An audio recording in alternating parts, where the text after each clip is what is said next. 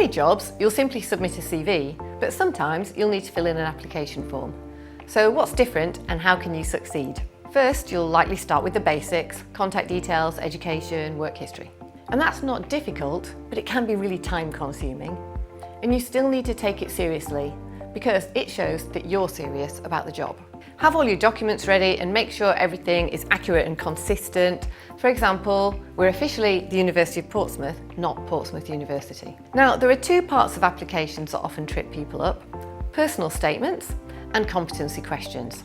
Now, personal statements might be called other things, sometimes reasons for applying or motivation or even just additional information. Whatever the label, this is your chance to show why you're a great fit, so you need to make the most of it. So you always should start by reviewing the job description. If there is a person specification, that is actually the ideal way to set your structure. If it's short enough, just use those criteria as subheadings. If it's a bit too long or if there's a word limit, try grouping similar points into themes because there's often duplication in the requirements. Use examples that cover multiple criteria whenever you can, but stick to their language as much as possible and always keep your tone positive. You always need to research the job and the company so that you're confident about what it takes to be good in the role. And this will help you to stay relevant and makes it easier for the recruiters to see just how well you meet their needs. Now, on to competency questions. So these are the ones you know because they start with "tell us about a time when," or "give an example of a situation when." They're also called behavioural questions, and the best way to answer these is to use the STAR method as a structure. That stands for situation, task, action and result.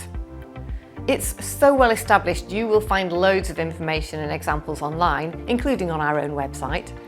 And these questions are common in interviews too, so it's really worth getting confident with the technique. And here's my top tip.